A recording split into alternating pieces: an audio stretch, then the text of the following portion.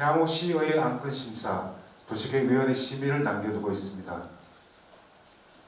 관계되는 사항에 대해서 관심을 가지시고 오늘 아무래도 우리 또에 소멸되는 구분이 생기고 이런 구조로 지금 좀 위기 상황입니다. 그래서 국가 균형 발전이라든지 지역 소멸을 좀 막고자 하는 그런 정책적인 통과가 안 되기 때문에 그런 식으로 진행되고 있는 것 같은데요. 제가 생각하기에는 그렇게 진행되면 좀 안 되겠다 그런 생각. 도시 재생을 할 때는 어떻게 보면 대구의 지역 혁신 산업이라든지 지역 도시에 산단 지역은 산단 대개조라는 요소로 진행되고 있는데요. 실질적으로 여러분이 지금 이렇게 보시면은 다 있으시면 많이 또 질문하시고 이런 요소들을 좀 담았으면 좋겠다. 이런 안에 대해서 설명드리도록 하겠습니다.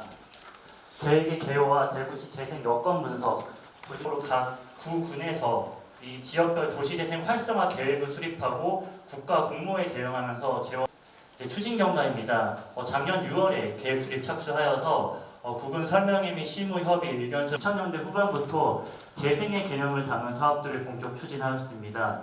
근대 역사 문화 재생 따라서 이 개발법에 따른 사업의 한계 극복을 목적으로 특별법이 제정이 되었고 작게는 골목길 정비나 집수리부터 향후 변경을 통해서 54개소로 확대를 하였습니다. 그리고 군의군까지 포함할 시 현재 57개소의 활성화 지역이 있는 통해서 이 도시재생 거점시설 조성과 함께 기반시설 설치, 환경개선 등 개별 사업 추진을 통해 각 지역별 도시재생 마중물 역할을 수행을 하였는 상황입니다. 특히나 이 도시재생 재정 보조를 통한 사업 추진에 따라서 어느 정도 사업을 할 수 있는 재원 이런 상황에서 이 정부의 재생 정책과 추진 기조도 변화를 하고 있습니다.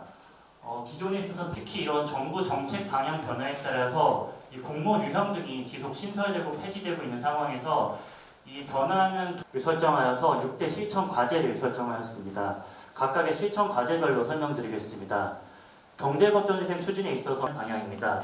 이 도시재생 혁신지구 같은 경우 쇠퇴지역 내 경제 파급 효과가 큰 지역 거점을 조성하는 사업으로 정비 사업과의 상호 보완을 고려한 정비 소외 지역에 대해서 주거 재생을 추진하고 주거 다양성도 확보한다는 방향입니다. 특히 이 대구시 또한 이런 특성 지역 같은 경우도 전통시장, 골목상권, 관광 자연자원, 역사 문화자원 등에 대한 각각의 추진 주안점을 설정하면서 향후 이제는 도시 관리에 대한 필요성이 증대하다 보니까 정비 사업과 사실은 가면 갈수록 신개발보다는 기존에 있는 도시를 어떻게 할까. 더더욱 특히 굉장히 중요한 내용을 오늘 발표하셨고 또 제가 두 번쯤 봤죠, 그죠? 주민들의 어떤 요구를 무시할 수 없지 않습니까? 그러다 보니까 구급별로 이렇게 안배되는 이런 것도 좀 존재하는데 주민 조직 또는 다른 기업 관이라고 민이라고 할까요? 기업들이 참여해서 거버넌스로 갈 수 있는 구조를 위한 재생의 결제에 대한 고민들을 담을 수 있는 부분이 아닐까 싶습니다.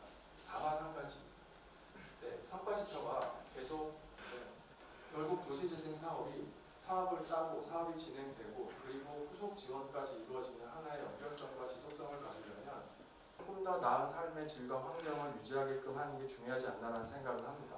그래서 이 말은 주거환경 정비에서 거기에 들어가 있는 요소 중에 하나가 여기에서도 하셨던 건데 활성화 구역을 그 부분을 고려를 해서 조금의 가능성이 있으면 조금만 더 넓혀주시면 좋지 않을까. 그래야지 나중에 전략 계획을 수립해서 공모하고 이렇게 따오는 것까지는 좋은데 현장에서 제일 주민들이 문제가 되는 게 방식을 녹여내려고 거기에 급급했는데 그것이 그동안에 좀 경과를 거치면서 거의 이제 최근에는 좀 대구에서 필요한 대구형 이런 말씀도 하고 있는데 회의도 하신다 그랬잖아요. 그 광역 방식을 하면 또 답습이 될 거라고 분명히 그건 좀 했으면 좋겠고 그리고 또 다른 거 한 가지는 지금 도시재생